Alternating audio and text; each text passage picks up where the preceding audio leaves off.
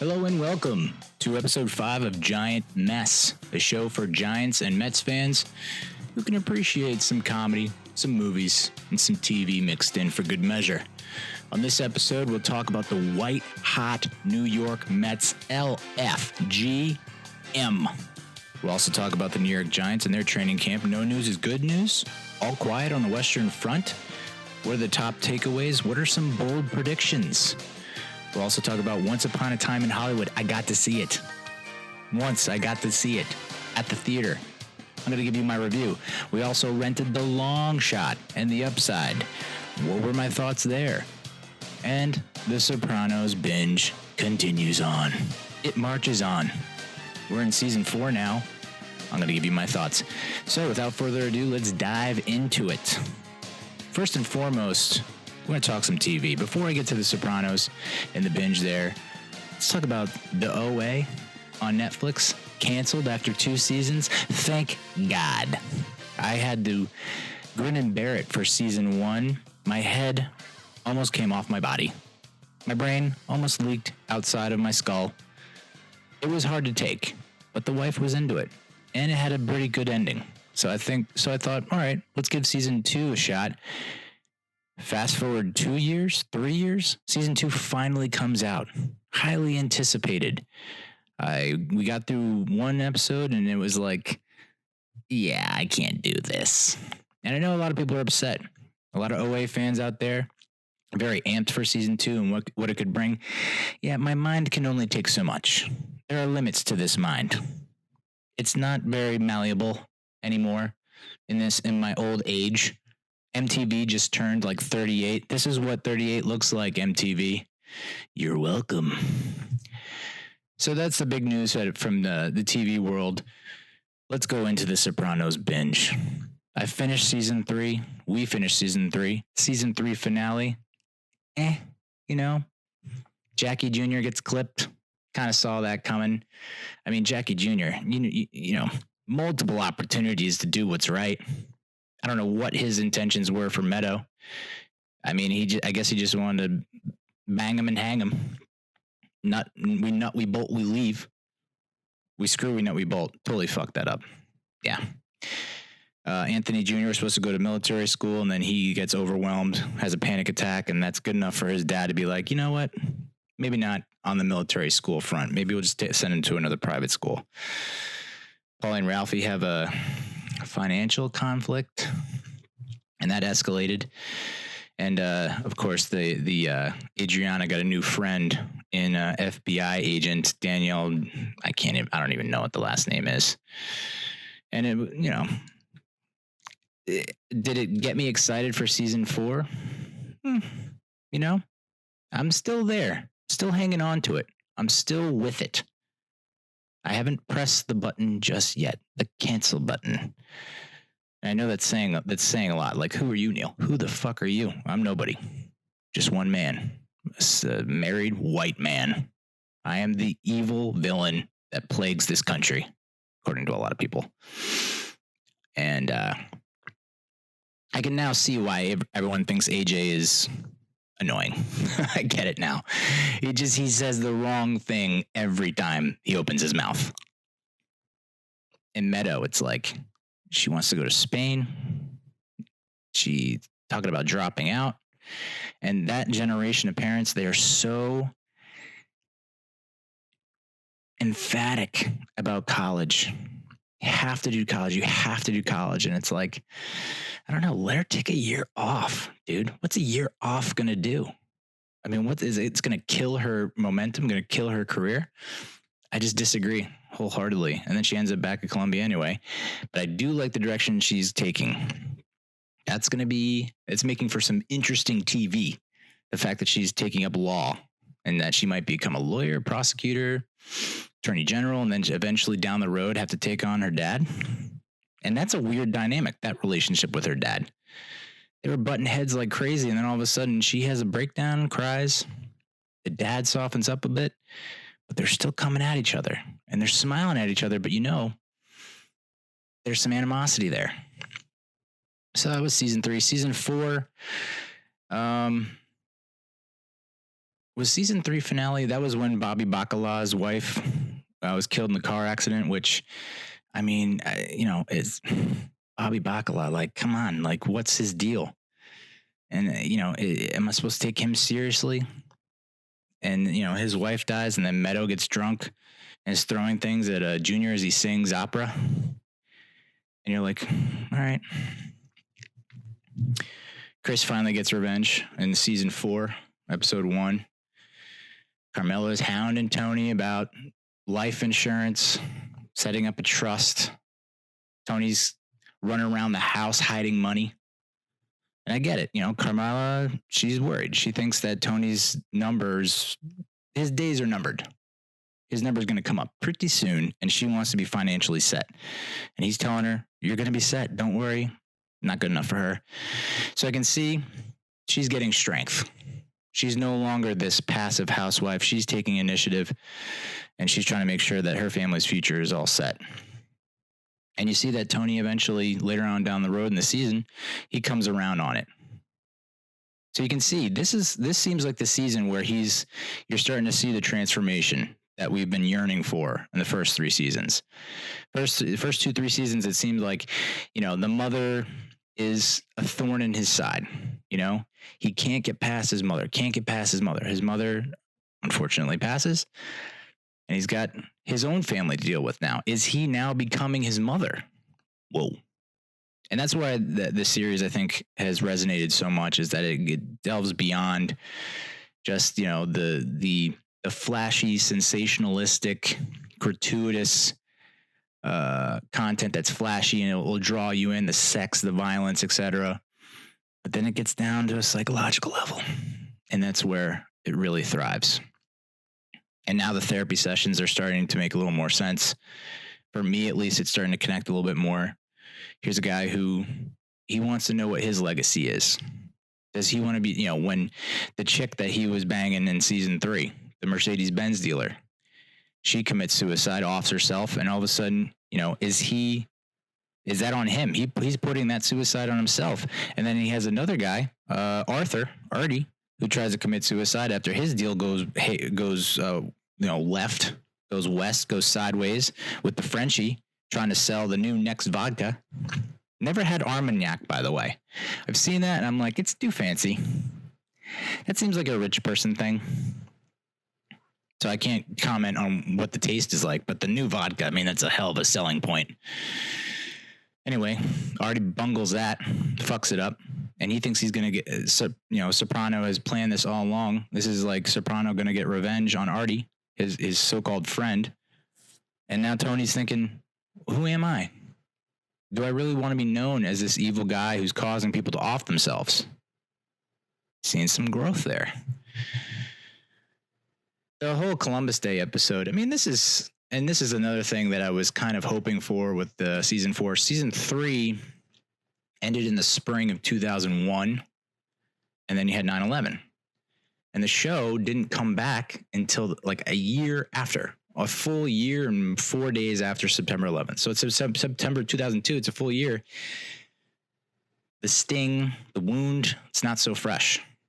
And I think you didn't get the sense. They mention it here and there. Okay, the economy sucks. Why does the economy suck? Is it because of the terrorist attacks? They briefly mention it. And I feel like we missed a great opportunity. It's a tragedy. I'm not saying that. What I'm saying is immediate post 9/11 reaction from that crew. I would have liked to see it. How did they respond? And I think a lot of TV shows had to go through that. A lot of entertainers had to go through that. How do we respond to this? And some people were like, let's just put a pause on everything. And some other people were like, let's just push through this. Let's try and get through this together. And this is how we're going to do it, through entertainment. And I think that it would be interesting if the timing had played out differently. Instead, we're a year later, and it's always going to be there. It's always going to be in the back of your head, in the back of their minds, but not as fresh. And maybe they had some time to process it. The fact that they haven't really addressed anyone lost. You're in New Jersey, northern New Jersey. there's a couple families in New York. To say that no one was connected to the families, was perished in that attack. I'm not saying it's a disservice, but I thought they would have addressed it a little bit more. But the Columbus Day episode, this is where The Sopranos surprises me, because they address a lot of the issues that have become even more hot button sensitive topics over the years and have been addressed ad nauseum in the past few years. But this was 2002, and they're talking about, how Columbus Day affects the Native Americans, how it affects the Italians, the clash between those two.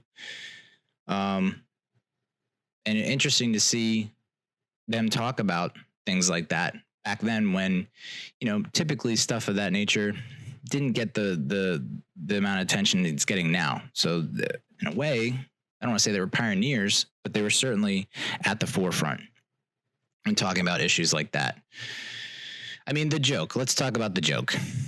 I guess Ralphie made the joke about Ginny Sack getting a 95-pound mole removed from her ass. And Johnny Sack got back to Johnny Sack, I think, through Ralphie, who Ralphie's got his issues with, Paulie. Paulie has his issues with Ralphie. And I guess Paulie tells Johnny Sack about the joke that Ralphie told. And now Johnny Sack wants Ralphie killed over a joke. And this is where we are. I mean, Ralphie and Johnny seemed like they were on the same team, like they were going to make a move against Tony. And now after one joke, it seemed like there was some tension there anyway. And now Ralphie and Johnny both seem like they're going to get whacked at the same time. And then we have an intervention, divine intervention, if you will, and they're both saved from getting clipped. The horse thing, I mean, Ralph buys a racehorse, and Tony gets involved. And with Tony's advice, the horse wins, and it seems like he's encroaching on Ralphie's territory, further driving a spike or divided between the two. And it's mind-blowing how Ralphie has lasted this long, and I guess that's why I don't really understand the mafia or the mob or their rules or their policies, because Ralphie just seems to be pushing the envelope with just about everyone in the family. Not well liked, so it's like it feels like the countdown is approaching zero. It's threat level midnight for Ralphie. And then, of course, we're up to episode 7. And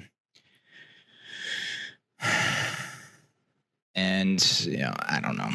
There's not much going on there. There's Ralphie and some others try to pull a scam on the Department of HUD, Department of Housing and Urban Development, that they, I guess, found out through Carmela's cousin, who's the one who got them sold on the life insurance and the trust. And Adriana is now kind of cooperating with the FBI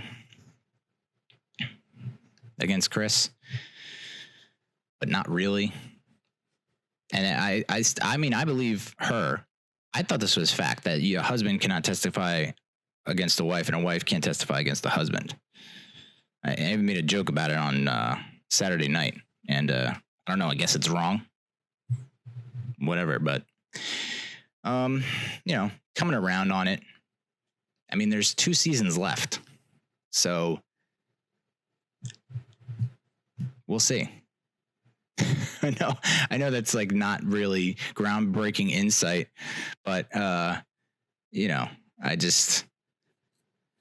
need Ralphie out of my life, even though he's one of the better actors. Joey Pants, even though he's one of the better actors, it's just like, let's get this thing moving along. Let's see how, because I know how it ends, which I guess kind of sucks, but it's good to see that it's just, the switch is still a thing for me. The fact that he's able to get so angry at the therapist for essentially what happened with the girl he was banging that committed suicide, and pinning that on her. And it's like, having that, and that's, I guess, what's a trademark, like a signature of sociopaths, psychopaths, the ability to just lose it and then act like nothing happened moments after. Tony fucking Soprano. All right, so that's TV.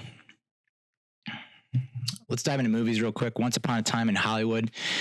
Finally got to see it. We were supposed to see it on our date night last Sunday, and I made the mistake of not buying the tickets in advance. And when we got to the theater, there was only one ticket left. And the thought crossed my mind to be like, all right, honey, I got this. You're welcome. But no, smarter heads prevailed. Calmer heads prevailed. Cooler heads prevailed. And ended up passing. We went to Cheesecake Factory, which was delicious. But later on in the week, I did get to see it. Again, went in with, I think, way too high expectations. You know, I saw the ratings from Rotten Tomatoes. I saw them from Lights, Camera, Barstool, IMDb, and it just seemed across the board that this is Quentin Tarantino's, one of his best movies, possibly his best. And I came away with it kind of paralyzed, stunned is the word. I just wrote a blog post about it today, Tuesday. Check it out at neallynch.com. You know, it's a lot of words. You don't have to read them all. But the basic gist and takeaway of the post was, I feel like if you were alive in the 60s, you remembered what happened during that time frame. Maybe you had family in the area, in the Hollywood area, in Los Angeles. This movie will affect you because you are aware of everything that happened during that time, the Manson family murders, and it will have a profound impact on you because of the blurred line between what is real and what is fiction. And of course, Tarantino, I mean, you know, I said this right up front, cinematography was on point. Dialogue is great. I mean, you can't do any better than the actors that they had, DiCaprio, Pitt, Robbie. The storyline is what tripped me up. And what was included in the film versus what wasn't included. What if you didn't have, I mean, I kind of knew that the Manson family murders were tied into the movie's plot and the storyline. But I think they used that to keep you hooked, even though for the majority of the film, it's not there. Charlie Manson himself, the actor who plays him, only appears for one scene, and it's less than 2 minutes, I think. You never see him other than that. You get to see plenty of his cult members, his followers, and what they're into in that whole scene, which, I mean, that is a classic Tarantino scene. Oh, spoilers. Duh. The non-spoiler review, you should go see it. I don't know that you need to see it in the theater. I don't know that you're missing that much. The twist is not, you're not going to be talking about it next year, I don't think. So the non-spoiler review is, I mean, you're going to enjoy yourself. If you are my age or younger, I feel like you probably don't have the depth of knowledge to truly fully appreciate it because it is 1969 Los Angeles, and Tarantino does an amazing job of painting the picture, of building the story, of building the world within the story and the universe there. And you feel like you're in 1969 Los Angeles. How I can say that, I don't know, because I've never been. I wasn't alive. So I think for the older folks who are alive or who had relatives that can remember and talk to them, maybe. I talked to my mom about it. You feel if you're not deeply involved in that area, and you didn't live through it, it might miss the mark with you. You know, I felt like a lot of things went over my head. There were scenes where Tarantino will draw your attention to something, which he's expert level connoisseur at doing, with the camera, with the positioning, everything. And so you're tuned in, you're honed in, you're focused, and you're expecting something. And then that something doesn't happen. But maybe it did happen because of the people involved. If you know the people involved going into it, you might have a different reaction. For me, I felt lost, you know?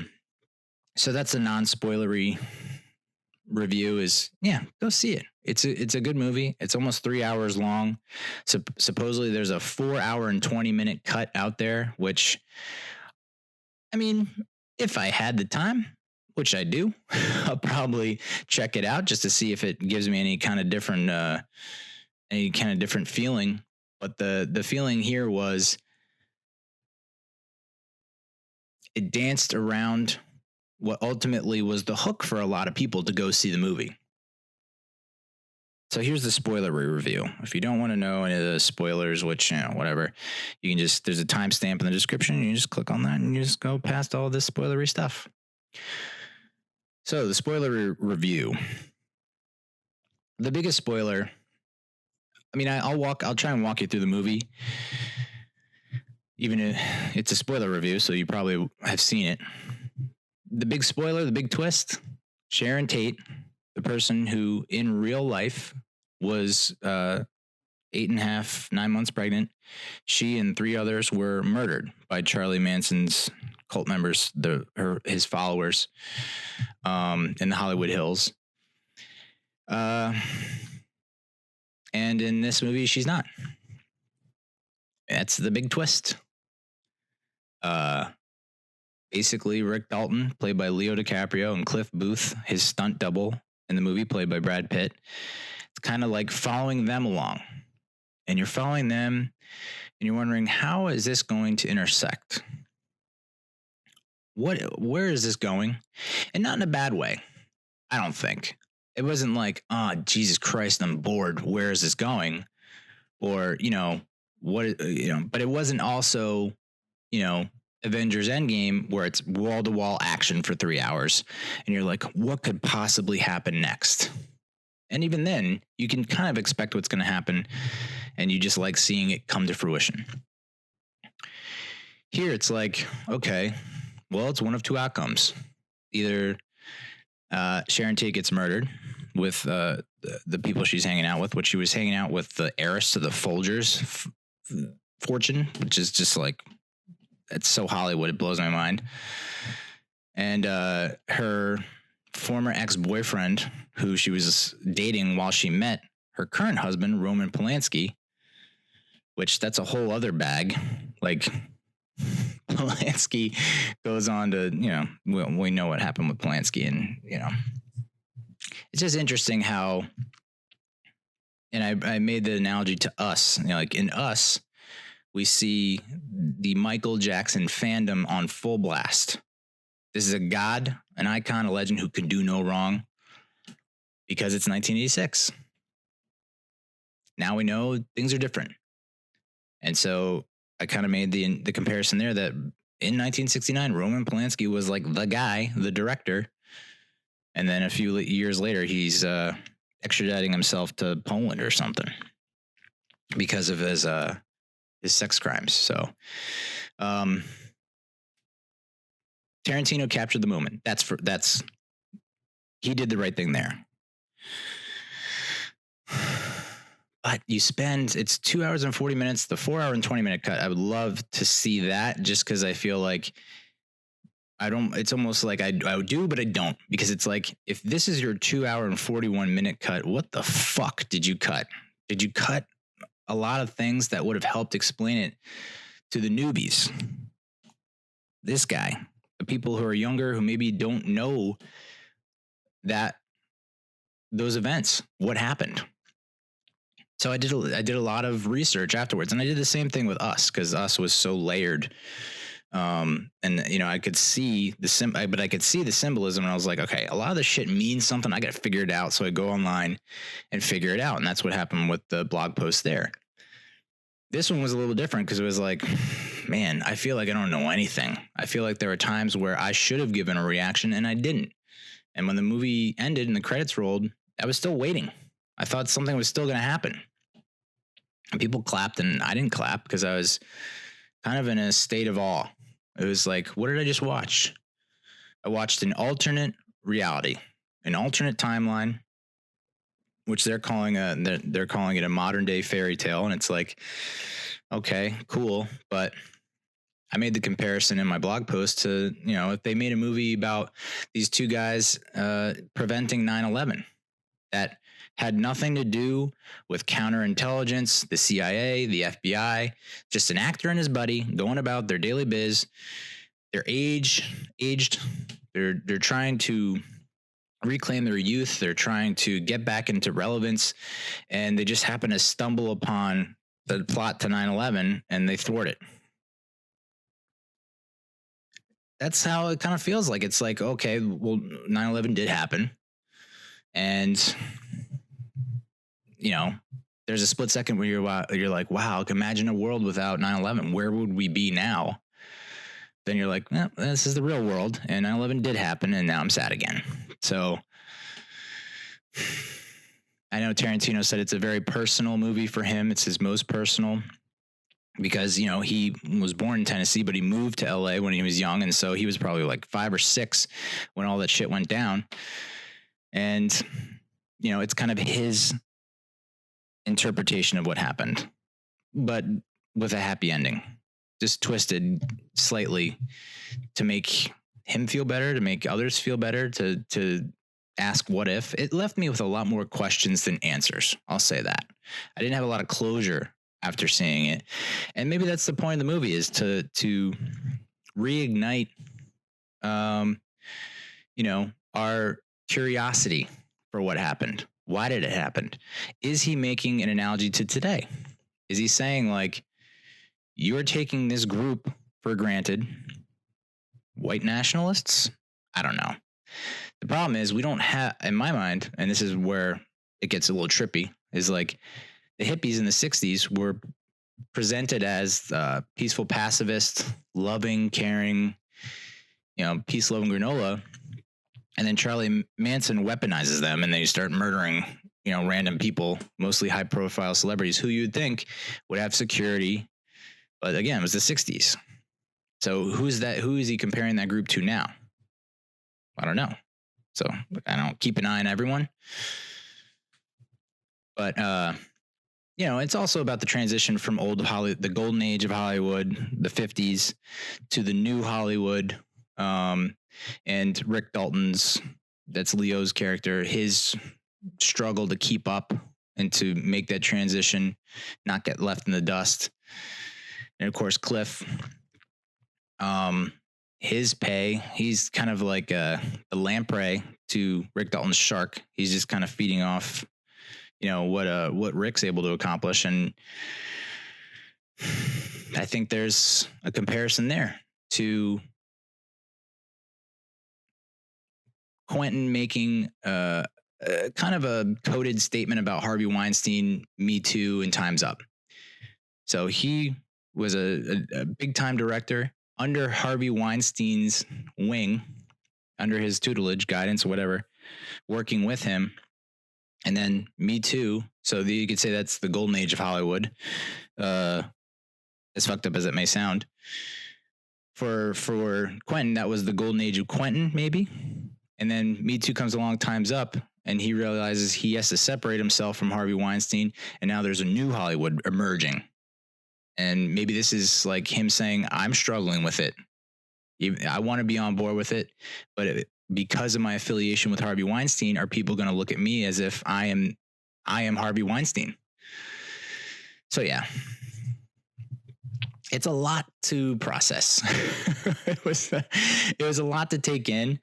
And, I just think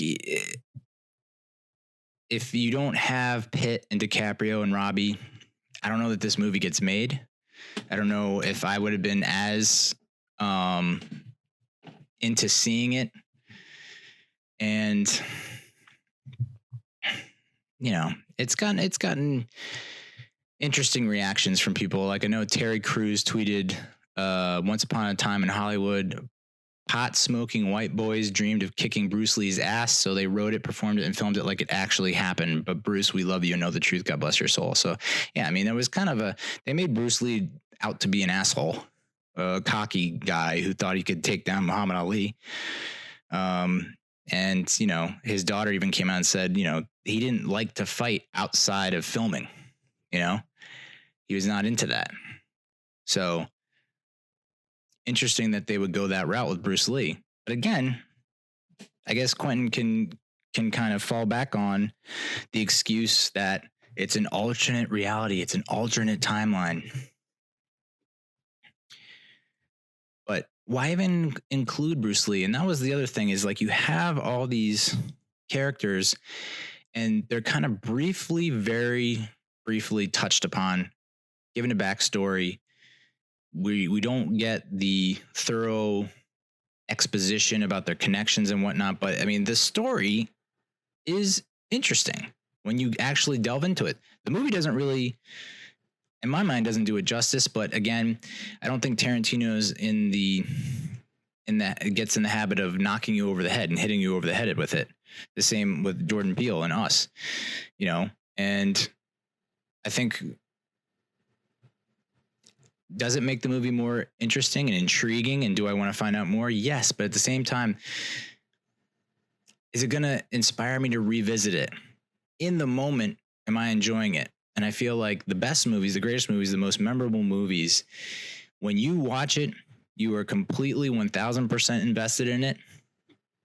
And you might have some questions here and there, but you're not searching for that many answers online afterwards. Sure, you want to spur discussion. All good movies do that. All, thought-provoking movies have those. But for me, it just felt like, you have this amazing story, tragic story. Did you really do Sharon Tate justice? I don't know. I mean, she's like the crux of the whole movie. It's her murder that is looming over us the entire time. And I said in the blog post, it's like her fate is in the back of our head. And, others have said they felt dread the entire movie because they know what's going to happen. And then it doesn't happen. You're like, okay. Not to say that she should have been, but it's almost felt like that was what kept you watching, was to figure out what happened with her. And then you have these, and you're kind of following these two guys in what appears to be kind of like a buddy comedy as they try to figure out their lives, maybe going through a midlife crisis of their own. And the two intersect. But yeah, the scene with Brad Pitt at Spawn's Ranch, I mean, that's like classic Tarantino, where, I mean, his ability to cause your heart to race and you to white knuckle through it, and to have what ended up happening, that you presume this guy is dead and rotting in his bedroom, and it turns out, no, he's fully aware of what's going on. He's banging all these bitches, and it was a funny moment. Spent a lot of time on that, but it's a good scene, and it relates to ultimately to what ends up happening, but it feels so disconnected and loose throughout the movie. It's just kind of there, Charles Manson, like it's all in your head. And that's what's, is that what we're commending Tarantino for putting that in our head, for knowing, okay, you probably have some kind of familiarity with what's going on. So I'm going to play with you. I'm going to play with that.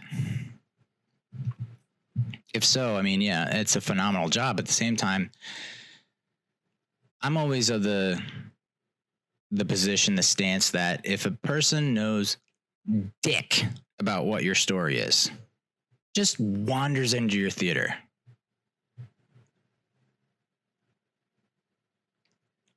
can you still entertain them? Can you tell them a story if they know absolutely nothing? Can you tell them a story and they'll still be entertained? And I don't think you can say that about Once Upon a Time in Hollywood. I really don't. I would have loved to know more about Cliff Booth and what happened with his wife. That was that when he's on the boat with the harpoon or whatever, the spear, and she's nagging away. And it's like, I'd love to know more about what, they just briefly show it. They make one or two jokes afterwards, and then it's kind of like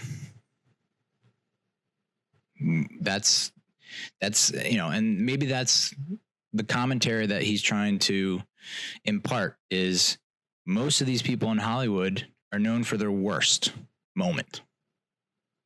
And they get stuck with that worst moment, whether it's true or false.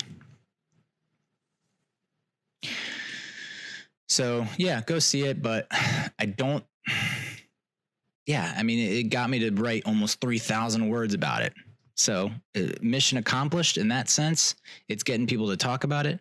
In terms of his greatest movies, no way. No shot. It could have been, in my mind, for sure. But, I mean, Pulp Fiction, Reservoir Dogs, like,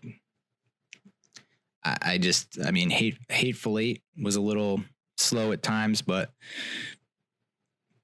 Django Unchained, these are some, like, really good movies. And I can't see putting Once Upon a Time in Hollywood above that. And then there's The Feet. I'll end with this. The fucking Feet, dude. I mean, come on. And I feel like an idiot to complain about this because I think that's exactly what Quentin wanted. I think he knows that we know that he's got a foot fetish thing. He's fully aware of it, and he put that fucking thing on blast. Full display right in your motherfucking grill. He was like, you know what? Oh, what? You don't like that I like feet? Well, here you go. Feet. Feet in. I mean, like, so happy this movie was not in 3D. So happy. I would have been swatting away feet the entire goddamn time. I was doing it now, and it was 2D. I mean, the scene where what's her name? Quali, who plays Pussycat, gets picked up by Cliff Booth in the car to take her back to the ranch. She puts her fucking feet up against the goddamn windshield. I mean, it took up the entire screen. It's all I could look at. And I have zero interest in feet. Get it out of my fucking face. I mean, like, to the point where it's too distracting, and it really does take away from the experience in my mind. If you're a foot worship guy, if you're a foot fetishist, congratulations. This is probably, as Tarantino calls it, his magnum opus. This is probably your magnum opus. This is probably your coup de grace. You're probably fucking a pig in shit. But for all of us who kind of view feet as a way to get around, I don't think, like, getting dirty feet in my face is my idea of entertainment. But it kind of felt like this was Quentin's swan song. If not, I think the next one is, and maybe the next one will clear up what's going on here. I mean, this movie still somehow fits into the Tarantino universe, which is not as closely knit as the Marvel Cinematic Universe, but it's like little things here and there, like the Red Apple cigarettes and whatnot, the Vega brothers that keep popping up in each movie that kind of just loosely tie everything together. And you're wondering if maybe the 10th film is what he goes out on, and that's what really brings everything together. So I said that this Once Upon a Time feels like a prequel, and maybe the 10th movie will really just like bring it all together, and make Once Upon a Time make a whole lot more sense. Yeah, spent way too much time on that. Holy shit. Yeah, so we rented The Long Shot with Charlize Theron and Seth Rogen. I saw that it got good reviews. Something like 85% Rotten Tomatoes, so I thought I'd give it a shot. I'm not a big politics guy, not political at all. Try to avoid it at all costs, which is a major character flaw. But I like Seth Rogen. I like Charlize Theron. So we watched it. We rented it. And Seth Rogen plays like this Brooklyn hipster who is works for an independent news outlet website. Writes in a very kind of Vice voice, like, not afraid to use profanity and whatnot. And so he ends up writing speeches for Charlize Theron, who he went to, I guess, school with. She's like a few years older. She was his babysitter, which she was 16 when he was 13. I was like, that doesn't seem right. But yeah, he ends up falling for her, which, I mean, what a career for Seth Rogen. Like, are you fucking serious, dude? Like, you just continue to like hook up with hot women. Outrageous. Like, you're a funny guy. I get it, but your streak is just like unparalleled to me. But of course, I mean, Cass loved it. My wife loved it. I was kind of, I don't know. I was on the fence. It was like, you know, I mean, we want to talk about like laugh out loud comedies. No, probably not the best, but it was like, you know, smart, witty, relevant to the times. Made some interesting points about, you know, the two parties and maybe being a little more open-minded, but it's like a, and I'm kind of the middle of the ground when it comes to politics, but it felt like a ultra left-wing environmentalist's wet dream, if you will. I mean, Charlize Theron could probably run for president and win, so crossing fingers there. But like, you know, the idea that she can be ultra honest and transparent. If I've learned anything from my almost 4 decades on this stupid planet, I take that back. It's not a stupid planet. It's a good planet. It does the job right. By the way, side note, not to get sidetracked, but the world ended in 2012 and we're living in a simulation.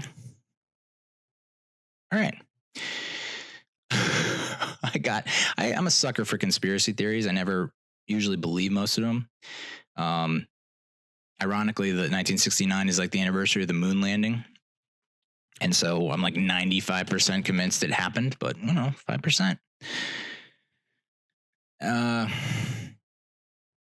I totally got lost. Long shot, Charlize Theron.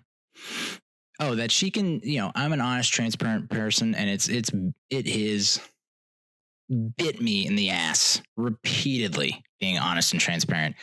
Not a good move, especially politically.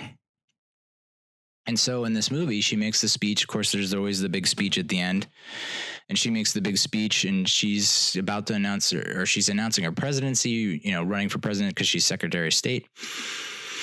And she's making the speech that Seth Rogen wrote, but then she ended up editing and modifying and saying like, I'm the person that little, you know, 6-year-old me wanted to be. And she changes it to, you know, no, I'm not, because I'm not fighting for what I believed in when I was in high school or middle school or my entire life.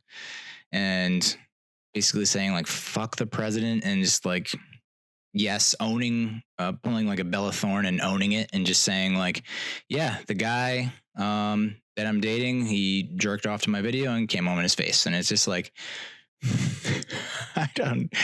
you know, trying to suspend your disbelief there. It's like, I mean, I would love for everyone to be more honest and transparent. I live for that moment, but like, it was kind of like a sour reminder that like, nah, that shit doesn't work. No. You'd be known as the candidate who has a boyfriend who comes on his face. And you're like, I don't know.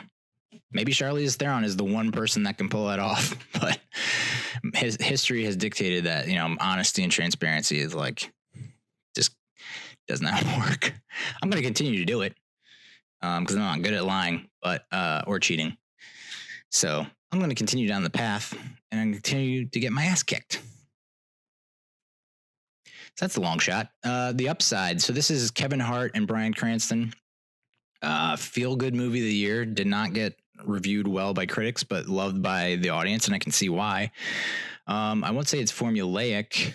The chemistry between Kevin Hart and Bryan Cranston is amazing.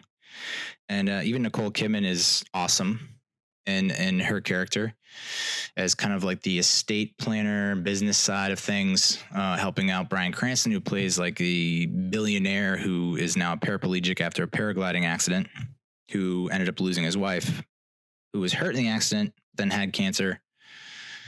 I mean, I'm doling out spoilers left and right, but I would assume that, you know, I said I was going to talk about it, so to deal with it. I liked it. My wife loved it. She was, had all the feels, but she's in tune with her emotions. I am not. Wildly distanced from my emotions. So it's kind of like I need someone to like slap me across the face for anything to really connect. Although, that friggin' Mr. Rogers movie. Oh my God. Crying during a trailer. That's not good. So yeah, I would recommend that. The Upside. Pretty good movie. I don't know. There's no cons really. It had all the right beats, all the right plot points. Storylines are good, characters are good, acting was good, dialogue was good. I mean, it's kind of nothing is really catches you off guard. But, sometimes you just need a familiar story, and that felt good. That, of course, I would like to know a little bit more of Kevin Hart's past. But I think they did a good job of being like, you know what, your past is your past. But at the same time, it's like, whoa, dude, you did what with a gun? Another movie news, there was a new trailer for The Irishman, which is Martin Scorsese's next picture with, I believe, De Niro, Pacino, Pesci. I'm definitely missing a couple others, but it just looks real good. I mean, yeah, that's going to do well. It's from Netflix too. So I think it should be in theaters, but it will also be on Netflix at the same time. Interesting model. I probably have that wrong. But I think the big takeaway from that, I mean, it's an awesome trailer, but the big takeaway that a lot of people were talking about was the de-aging process that the special effects they put on Robert De Niro to make him look younger, which are the same special effects that they used on Will Smith for Gemini Man, which also looks awesome. That was a trailer that played before Once Upon a Time. You know what? I don't give a shit about what the critics say about that movie. I'm in. It's fucking Will Smith.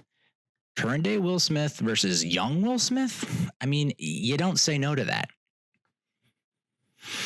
But they use the de-aging process on him, so he looks like what he looked like in the 90s on Fresh Prince of Bel-Air.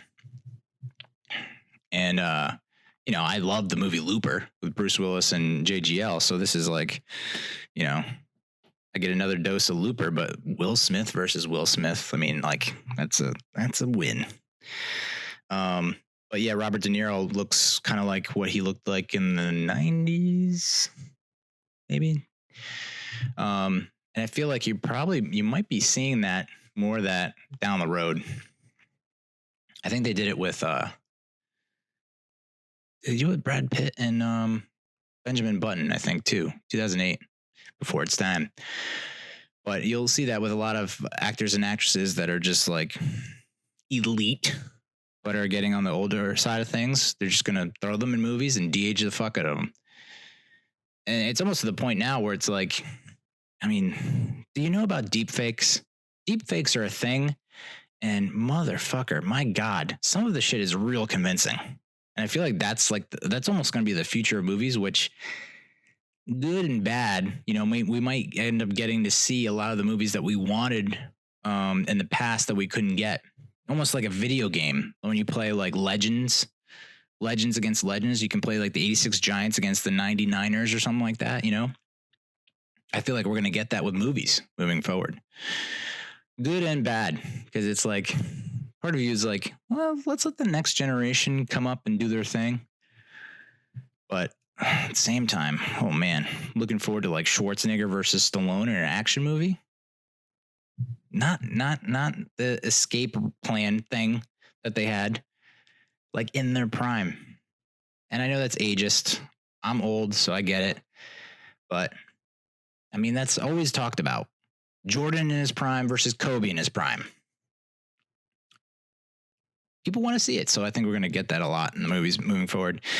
Sixth Sense was released 20 years ago.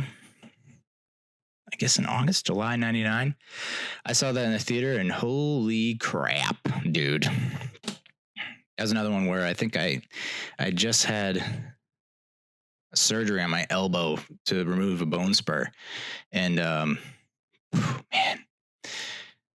all-time reaction in the theater. And then we ended up watching it like 2 years ago with my wife's sister, who was born in 97. So she was 2, maybe less than 2 when it came out.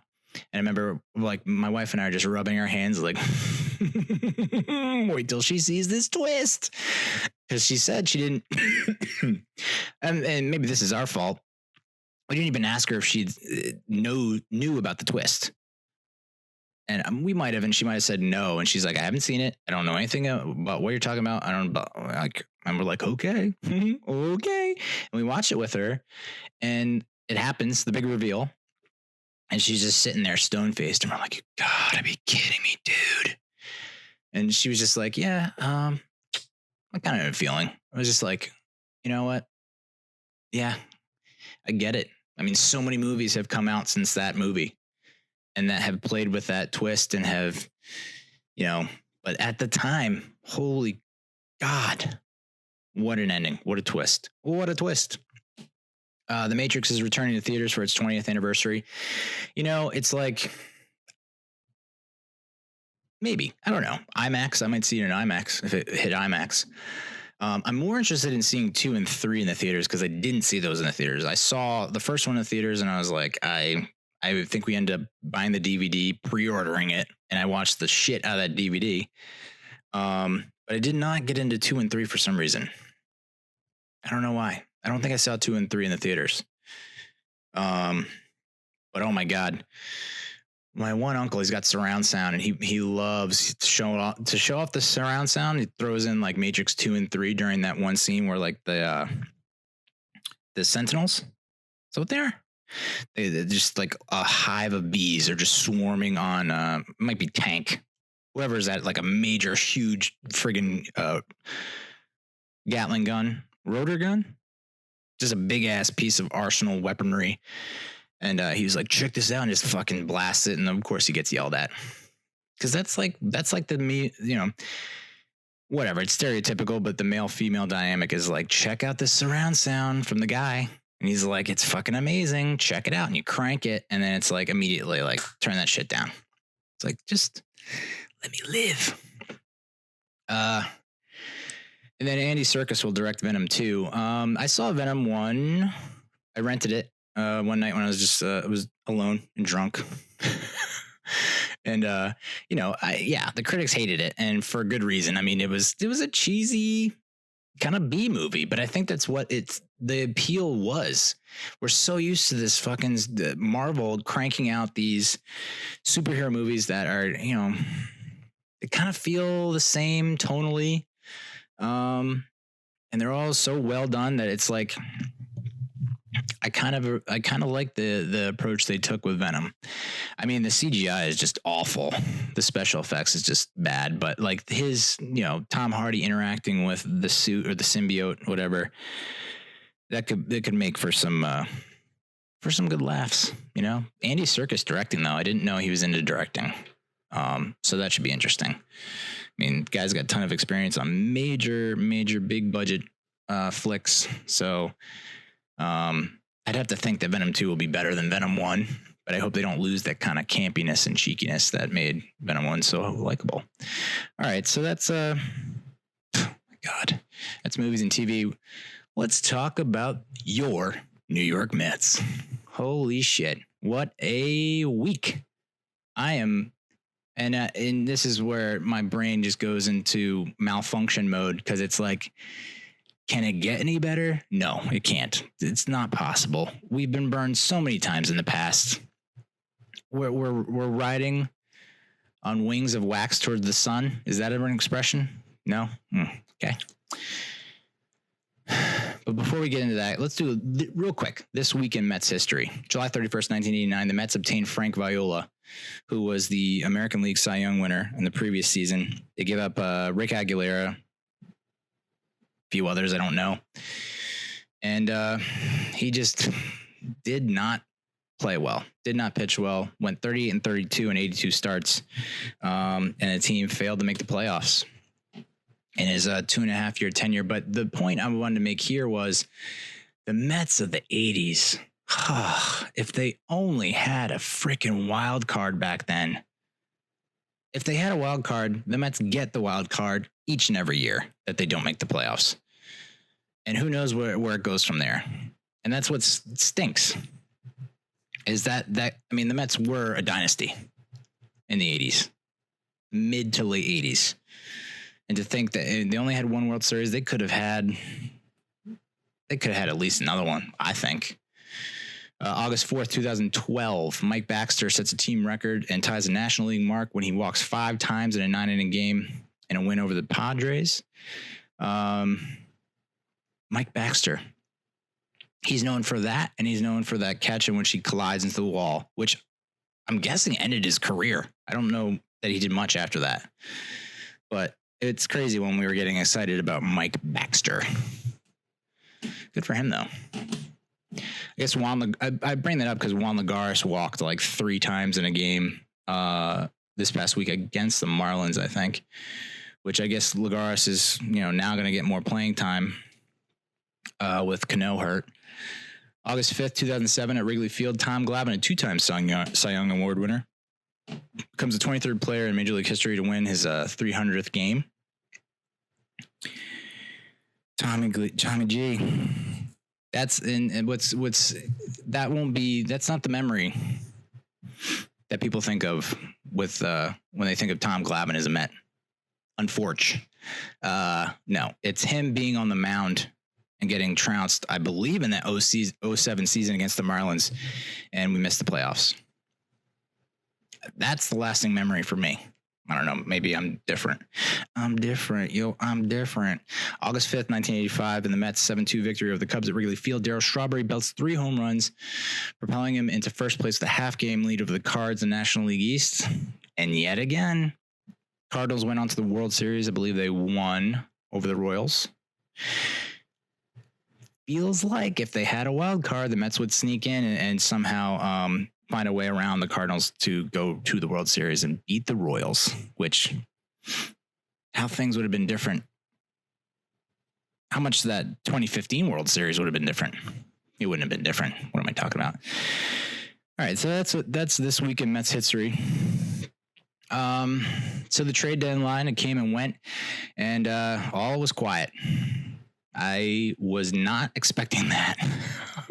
After the Stroman trade, after the Vargas trade, you would have thought that Frazier was gone, Wheeler was gone, possibly Noah, possibly Diaz, possibly Dom Smith. There were a lot of names being thrown around, and no one moved.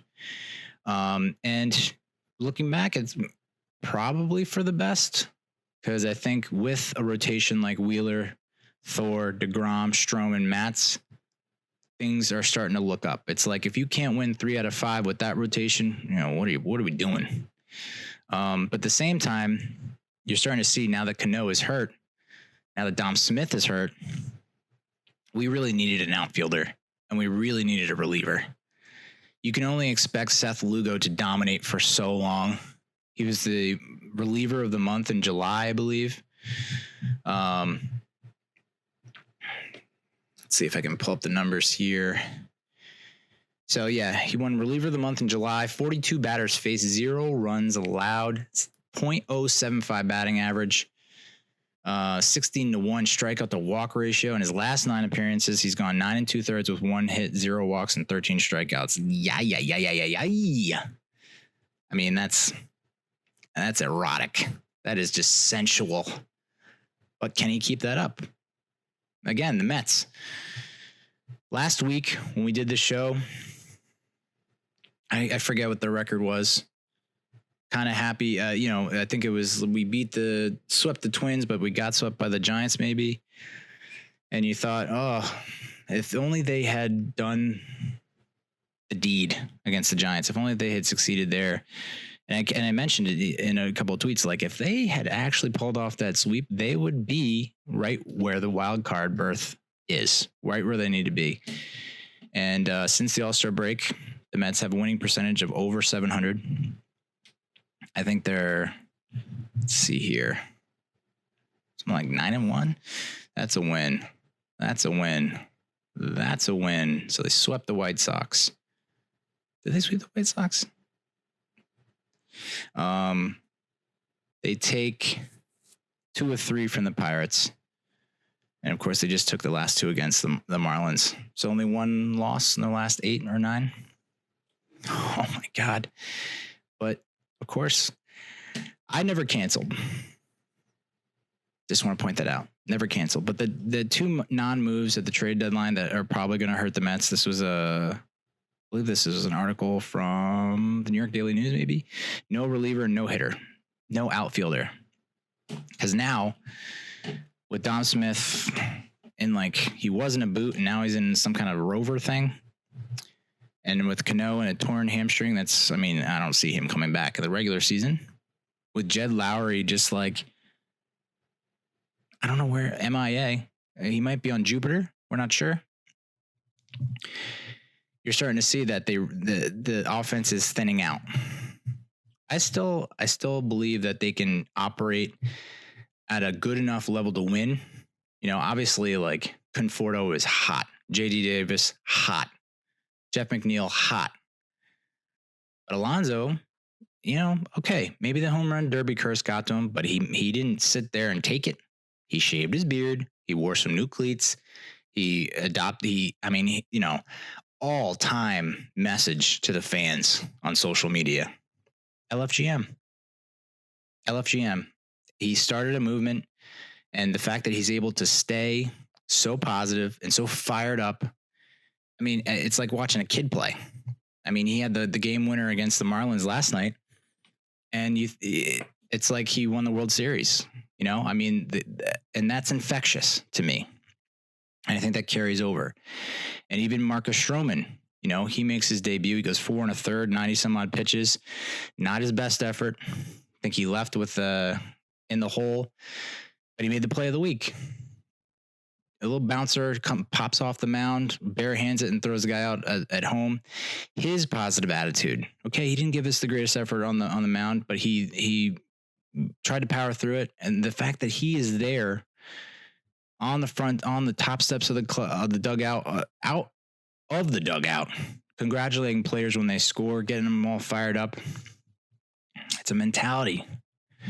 And once you have that, only good things can happen. Since mid-July, the Mets have had the third best ERA. And I think that might be the bullpen. So the bullpen's coming around. And we wanted help in the bullpen. Seth Lugo has been carrying us. Edwin Diaz, still a disaster, but is managing to limit the damage enough to keep us winning games. And I'd like to point this out. Everyone, the Stroman trade has been tainted somewhat. But before I get into that, Anthony Kay, who's our top left-handed pitching prospect, his first start as a member of the Blue Jays organization, 4 2/3, 11 hits, 7 runs, 6 earned, 3 walks, 3 Ks, 1 home run. I'm not saying we're right after one game, but let's fucking pump the brakes on prospects. Now, that being said, I was real high on the Stroman trade last week, and then I come to find out, the Mets were going to just use Stroman as they were going to flip him to the fucking Yankees for their 2 top prospects. Oh, that hurts. That really hurts. Estevan Florial, a 21-year-old center fielder who I think he's an A-ball, and Davey Garcia, a pitcher. And they're number 66 and 67 of the top 100 prospects. I don't know, dude. I don't know. That's what's so weird about the trade deadline for the Mets is they were in a position where it was are we buying or are we selling? Conventional wisdom says we should probably sell, but then again, we've bought before in this kind of position and we've taken off. And it was the handful of players that we got around that deadline that propelled us into the postseason. Case in point, was it 2016? August 19th, 2016, we were 5.5 games back in the wild card with 6.7% playoff odds. We're better than that right now. I think we're almost at 30% for playoff odds, and we're 2 back in the wild cards. We're above 500 for the first time since May 2nd. We got to 500 for the first time since May 29th. And it's because of guys like Davis and Conforto and McNeil. I see a lot of people say, like, making fun of the people who called Conforto overrated. I don't think anyone called him overrated per se. I just don't think that we thought he was this top-notch all-star, perennial all-star. I mean, you got to think these guys are going to come back down to earth. I mean, McNeil, that was a scare last night when he comes out with the cramp in his, by the way, the New York Post. I mean, I follow the New York Post. I like the New York Post, but they have like, here's their headline on social media that they had. Jeff McNeil pulled from Mets game after curious mishap. Don't say that. We're all watching the game. Don't say that. We all know it's a cramp. They said it in the fucking game. You need clicks that bad, New York Post? No, you don't. So I wrote back, the curious case of dick clickbait. I mean, it was a calf cramp. You're going to give everyone a friggin'... you might have given someone a heart attack. It's on you, New York Post. Blood is on your hands. But it looks like McNeil will be fine. He's the fastest Met to 200 career hits in Mets history. I mean, that is impressive. I know he's like 27, so he's a little bit older than your normal rookie, but he needed less than 600 bats to reach 200 career hits. Jeff McNeil, dude.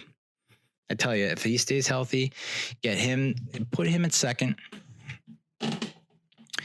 Alonso looks like he's coming out of whatever funk he was in.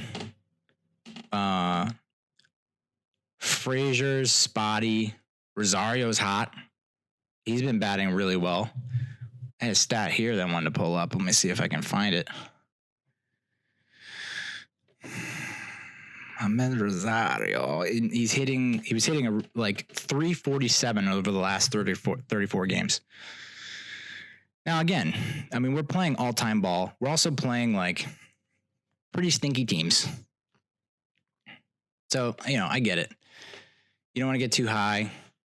We got to finish up the series with the Marlins, which it's been a struggle, but I think with the starters back in the lineup, I mean, they were hardly starting anyone in that second game last night, but if they get the starters back in the lineup, get them back in the groove, hopefully you get the sweep, and then you got the Nationals and the Braves, and that's where we're going to find out what kind of team we are.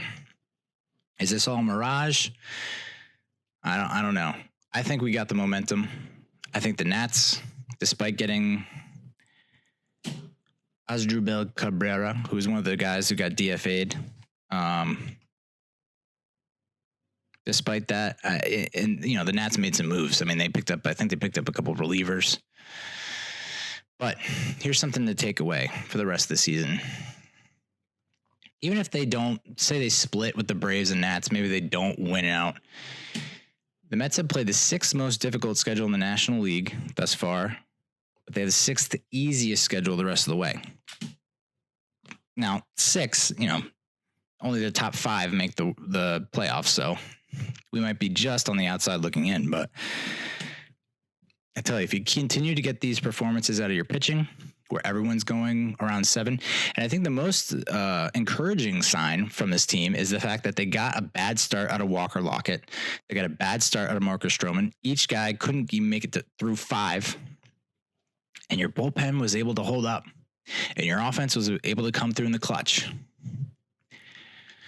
We're firing in all cylinders right now. And I know they're bad teams we're playing. But guess what? You got to win against the bad teams. Win when you're supposed to. And that confidence is going to carry over, I think. A lot of home games coming down the stretch. Around 50 games left and like 30 plus are at home. We start filling the seats, start making some noise. Who knows? And for the people that canceled, there has to be some repercussions if you cancel the season. You can't just cancel and then when we go and make the playoffs and say, yeah, maybe it's probably not going to happen. Probably not going to go to the World Series. Probably not going to win it. But if we do, and you canceled, you are not allowed to celebrate with us. You go in your room, close the door, and you do what you need to do. But you are not allowed to participate. Or you got to do something to get back in our good graces, to get back on the bandwagon. That's just how it should go. I haven't canceled, by the way. Not to brag. But I mean, if you can get, and I understand, we're seeing like, this is the high of the high. This is probably as hot as they're going to get. So they're going to come down to earth. As long as they don't bottom out and hang tough and fight, and we still get our starters trying to give us 7, and we can get to Lugo. I would even consider putting Diaz in the 7th or the 8th. That way, if you're going to blow the lead, blow it early so you can make a comeback. And put Lugo as the closer. I mean, just an artist. Just a masterful, painting masterpieces. I mean, his ability to just nick the border, the edge of the strike zone is just... It's beautiful. All right, so that's the Mets. I'm telling you, I don't know. I know it's a rough stretch. They got Murderers Row coming up, but just survive. I think they got to win. They probably have to win close to 90 games. They're at 57 now. It's 113 games, 162. They got 49 games left. 90 minus 57. I mean, yeah, they got to win. They got to play at like a 600 clip. It's not unheard of. I mean, the fucking Phillies. I mean, we're talking about, this has been like a 2-week stretch. So in 14 days, everything can change. I think the Phillies in 07 or 08, when they came back and made the playoffs and the Mets collapsed, it was literally the last 2 weeks of September. And that's why, I mean, that's why baseball is such a frustrating sport. It's 162 fucking games, dude. Jesus. You basically live through 4 seasons in one season. All right, let's talk Giants. Pro Football Focus. You know, I used to take their word as gospel. I'm kind of a stats guy, even though stats are for losers. I mean, just trolled the piss out of Giants fans this past week. 35 days until football, they posted, and they put a picture of Curtis motherfucking Riley. And they said he was 4th among safeties in passer rating when targeted, whatever the fuck that means. Just incendiary stuff. I don't think Curtis Riley is on the team, is he? Oh, that really got the blood boiling. And you could see it in their mentions and their comments. You couldn't find anyone else. The number 35 PFF. Okay, cool. We don't normally do this week in Giants history, but August 1st, 2002, the Hall of Fame game. I remember this. They posted a clip on Twitter. It was the first preseason game versus the Texans, and it was the day Jeremy Shockey arrived. The pass he takes from Palmer, he fights off 2 guys, stiff arm, bowls over another guy. I mean, that right there was like, yeah, we made the right choice. Jay Shock.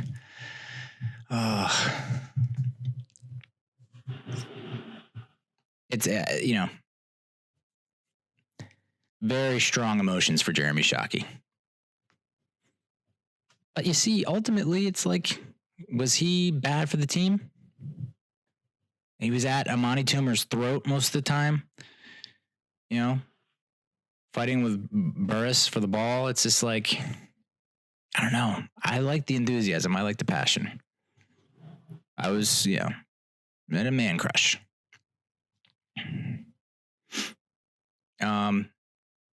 You want to talk about man crush? Saquon Barkley. Dear God. Well, and this is why the NFL 100 or whatever this top 100 player rankings thing is such horseshit. Number 16 out of 100 I guess the players vote on it, but come on, dude. Not even top 10. Not that I take any of this, take it with a grain of salt, but like 16 is kind of an insult, in my opinion. Guy's top 10. Guy played on an offense that did dick the first half of the season last year. The offense didn't do anything. I mean, he was the sole highlight for every game in the first half of the season. And he's 16. And you know, people complained that he wasn't getting the ball enough last year. And I was like, let's just pump the brakes. You know, we want this guy to play for more than like 4 years. We want him to play for 10 if we can. I mean, it's a pipe dream at this point because they're going to have to shell out like oodles of cash. Luckily, I think Eli will be off the books at that point. But yeah, I mean, 16 is just outrageous. And he's going to see more touches this year. And that's what I worry about is him breaking down, even though they're posting photos of him like with his shirt off and shorts, gym shorts. And it's like, dear God, this guy is not human. But I wonder, like, it reminds me for some reason of Syndergaard. And I just read Syndergaard's like 2018 article that he wrote for the Players Tribune, where he talks about he had to adjust his workout because he was working. He loves working out, and he wasn't doing the appropriate workout for pitchers, and he ended up fucking up his lat or whatever the hell it was that ended his season in I think 2017, because this article was right before the 2018 season. And so you wonder, like, do these guys overwork out?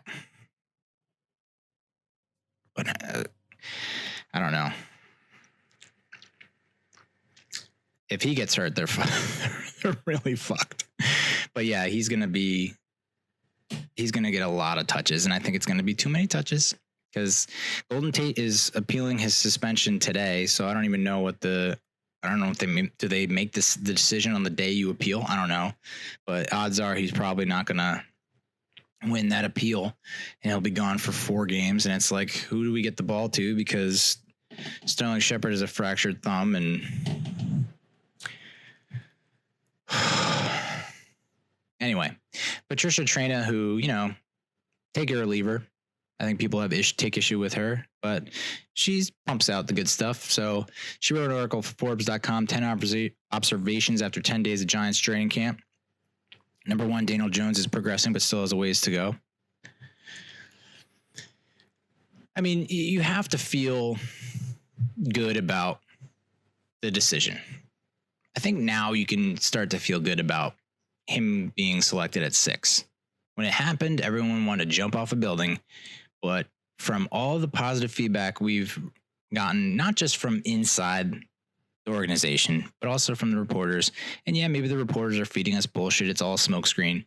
I will put aside my skepticism, my cynicism, and say, I think Daniel Jones was a good selection. And I think you'll see this. Let's see if I have the direct quote from Ralph Vacchiano, SNY's Ralph Vacchiano. He's not an all-time great prospect, but he's a good one.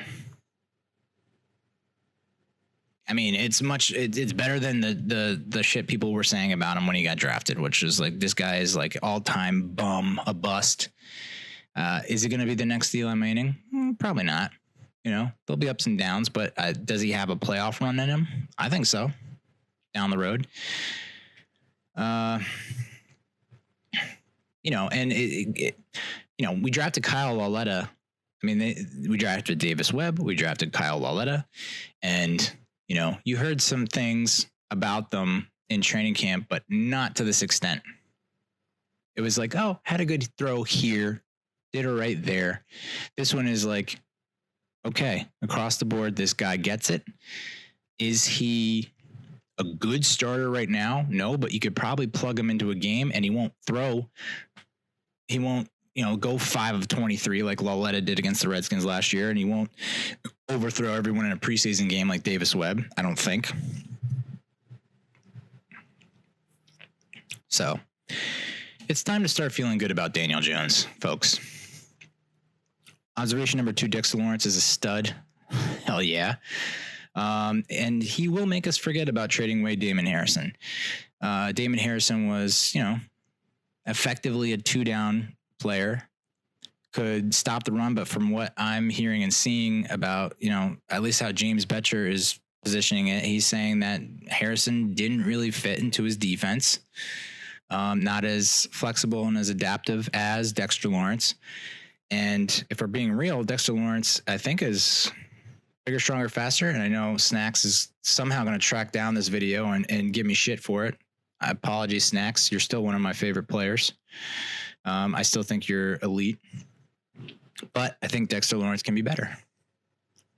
That's just me being a fan. Number 3, and I know I've been kind of Luke on this one. I've been lukewarm about this one, but maybe I'm coming around. I don't know. Tight end CJ Conrad, strong chance to make the team. He's been getting a lot of love from reporters who seem to think that he's going to, I don't know. They're positioning it as he's a possible replacement for Rhett Ellison, which, everyone knows my stance on Rhett. It's like shit or get off the pot. Either use him or don't. I think he has Rhett has 2 more years left in his contract, 3 more years, and it's like fucking $4 million or $2 million a year. Yay. So if CJ Conrad can be the guy that can give us similar production to Rhett, which I don't think is asking that much. But again, I don't know the tape inside and out. I don't know run blocking that well. All I know is from a pass catching standpoint, I'd like to see Rhett used more. And if he's not getting open and whatever, then I'm all for CJ Conrad. A little competition never hurt nobody. Number 4, Julian Love is a great fit for Betcher's defense, and that is because he is so adaptive and flexible. And I think that's what Betcher has been stressing all along is like, hey, there'll be times when you're going to move to defensive end. You're going to be D tackle. Maybe you'll be free safety. Maybe you'll be in the slot. And I think that's what they love about Julian Love is that he can play free safety. He can play in the slot. And he's embracing that. And I think that's what they love about him most is his ability to move around. And, the ability to give offenses a lot of different looks.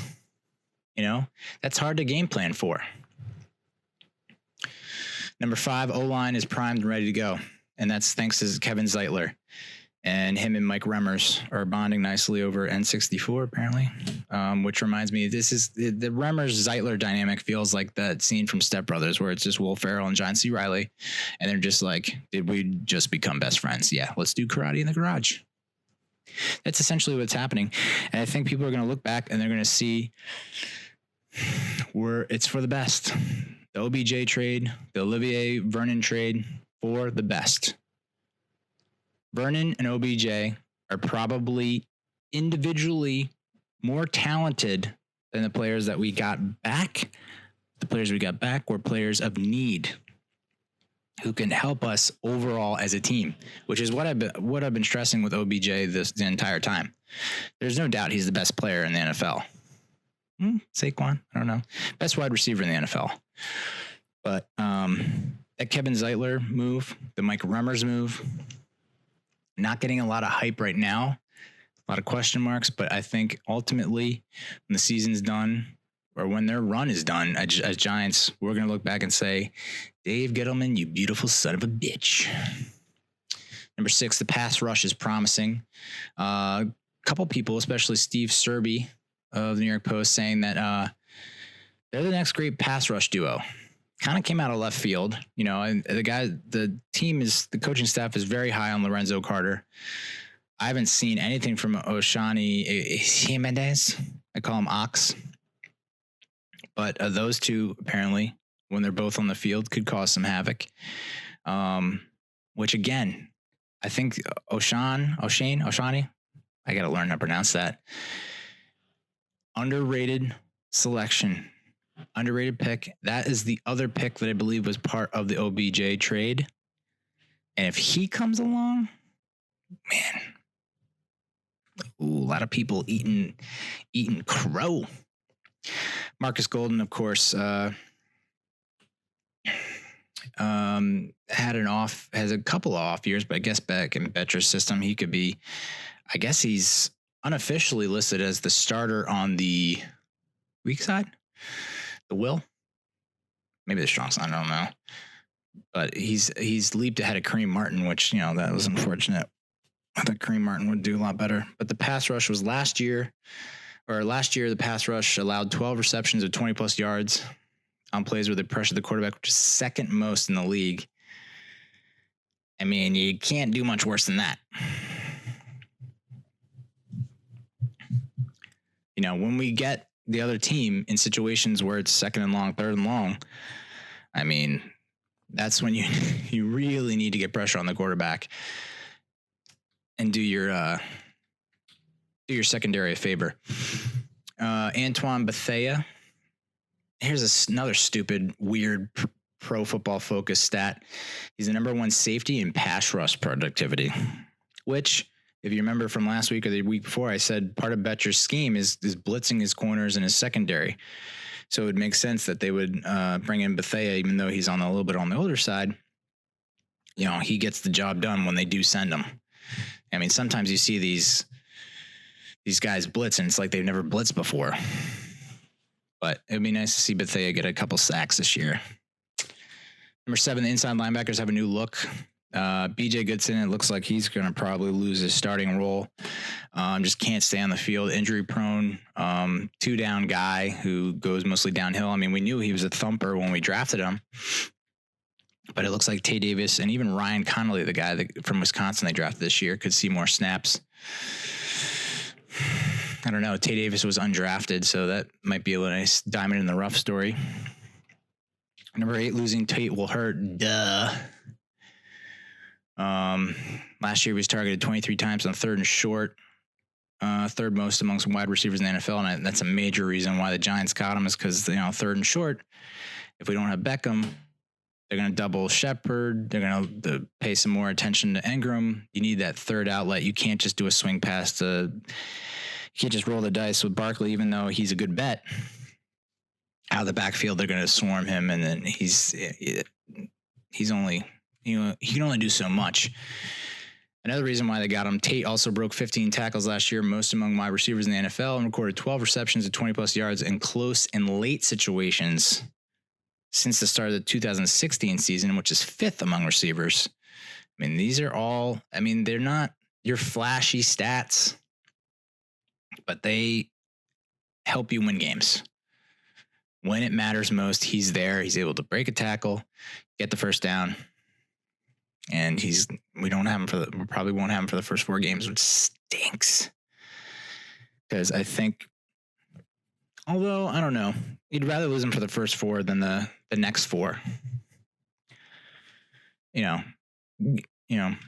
Figure out how to make it work for that first quarter of the season. Hopefully you come out of it 3-1, 2-2.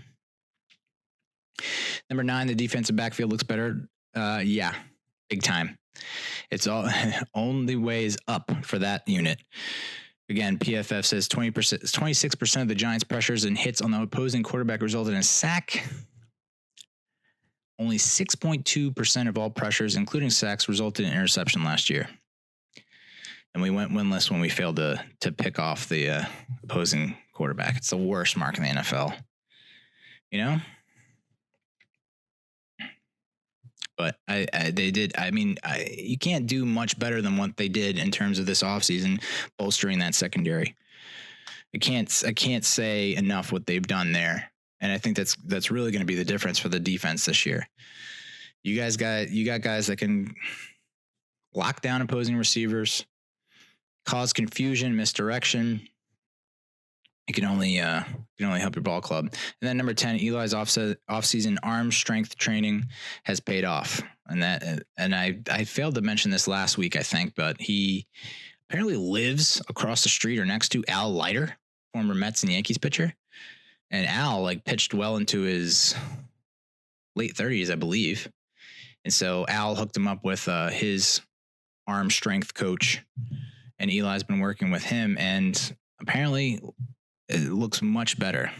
Crisper, faster throws, is able to connect on the deep ball, not scared to throw the deep ball, not scared to fit it into tight windows. So I think you're going to see a much better Eli this year. with that news, I mean, the fact that he's looking better than he has in past seasons, and he's only going to put up better numbers. So I'm still seeing and hearing things that like he's a lot of mid short stuff, which it's just like, hey, I'm so sick and tired of that shit.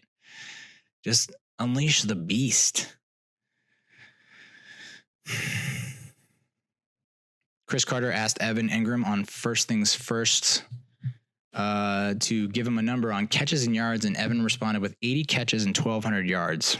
And I believe him. I really do. You know, I think Ingram got into a bad funk where he just wasn't catching the ball. And when that happens, Eli loses trust in you and he goes somewhere else, even when you're open. So if you can just hold on to the ball on a consistent basis, he's going to keep feeding you the ball. Sometimes a little too much. But that 80 catches and 1,200 yards, especially with Tate out, is not unrealistic. And that should land him his first Pro Bowl. The first of many, in my mind, if he can just keep his head on straight. Giants released their first unofficial depth chart. I don't think there are many surprises here. At the wide receiver position, so with Tate out, it looks like it'll be either Latimer or Fowler, probably Fowler, and then Russell Shepard behind Latimer and Fowler. Darius Slayton is way down on the depth chart, which that's not a good sign. That fucking hamstring. But, the running back position, I got to say, Saquon behind him, Wayne Gallman, and then Paul Perkins and Rod Smith. That's going to be an interesting battle. Because they brought in Rod Smith. Paul Perkins was like left for dead last year. So that'll be an interesting competition during camp. I've seen Perkins run. The guy had moves. And I believe it was a pec that sidelined him last year. So as long as it's not his legs that are the issue, I think that'll be interesting to watch. I don't think you keep 4. I think you keep 3. On defense, I don't think anything's that crazy. Lawrence has been penciled in as a starter. Kareem Martin is the starter at the Sam, so my bad. Marcus Golden is his backup, but my assumption is Golden comes in on passing situations since Martin's bigger, better against the run. And they have BJ Goodson behind Ogletree at the one inside backer position. Then they have Tay Davis as the starter. And of course, Zoe Carter at the will.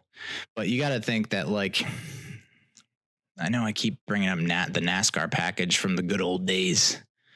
But you got to think that when it's 3rd and long, they're going to have Ox, Carter, Golden, and one more pass rusher as your backers. And just fucking unleash hell. DeAndre Baker's listed as the one starter on the corner with Grant Haley backing him up, and Corey Ballentine listed as the 3rd option. Though I'm seeing good things about Corey. He's making plays, so I think he might actually leapfrog over Antonio Hamilton, who's listed as the backup to Jenkins, which is kind of nuts. And then you have Jabril Peppers, strong safety, Michael Thomas backing him up, and then you have Antoine Bethea starting free safety, and Julian Love. That's a good quartet right there. I like that. I mean, you have a lot of capable guys. They've made upgrades on defense. Good upgrades on defense. We'll close out with this. 5 bold predictions for the Giants in the 2019 season. These aren't my predictions. I completely, it's CBS Sports. I don't remember who wrote the article, but first bold prediction, the Giants start 4-0. I tell you what, and this is what doesn't make sense about these predictions. 4-0 is a bold prediction, okay? Only because I think they can win 3 of the first 4. I don't see them beating the Cowboys in Dallas. That said, if Ezekiel Elliott continues to hold out, that it can only help the Giants. But I'm seeing that there's this guy, Pollard or something. He's like a rookie running back for the Cowboys, who apparently that's why Dallas is not that concerned about Zeke holding out, which is kind of scary. But here's the second bold prediction, which doesn't jive with the first part. If they start 4-0, I get the rest of their schedule is tough, but they miss the playoffs. Giants start 4-0, and they've done this before in the past where they start 4-0, 5-0, and then they just shit the bed down the stretch. But 4-0 and they miss the playoffs.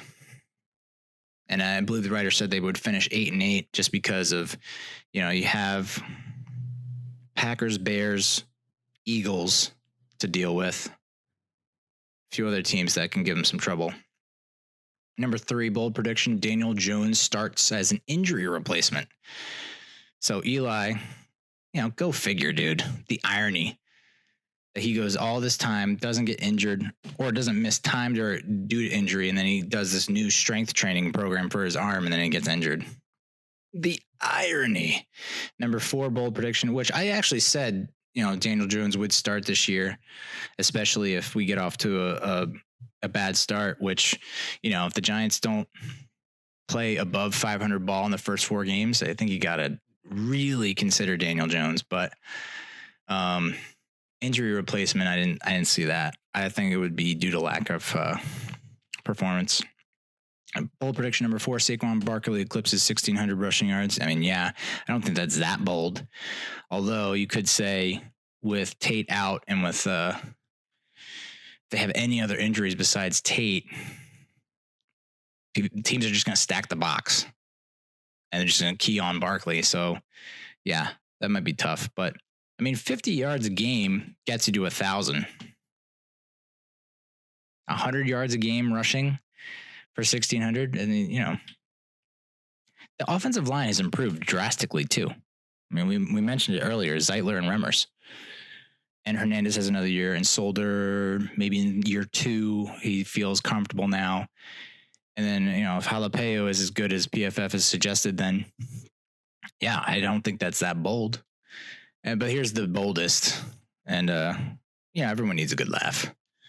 Eli Manning leaves to join Peyton Manning with the Saints because they're both from New Orleans, which I don't know. If it doesn't work, if Drew Brees decides to hang it up, do you come calling for Eli Manning when he's being replaced by Daniel Jones? I don't know. That's bold as fuck. All right. Yeah. Another epic episode come to a close. For the love of God, please call that damn phone number. 862-BIT-1986. Follow me on neallynch.com. Screen name is Real Cinch on Twitter, YouTube, Facebook.com/giantmess. Hit me up. Feedback is so welcome. You don't even know. I probably will cry a little bit, but I'll get over it and we'll all be better off for it. So, adios, muchachos.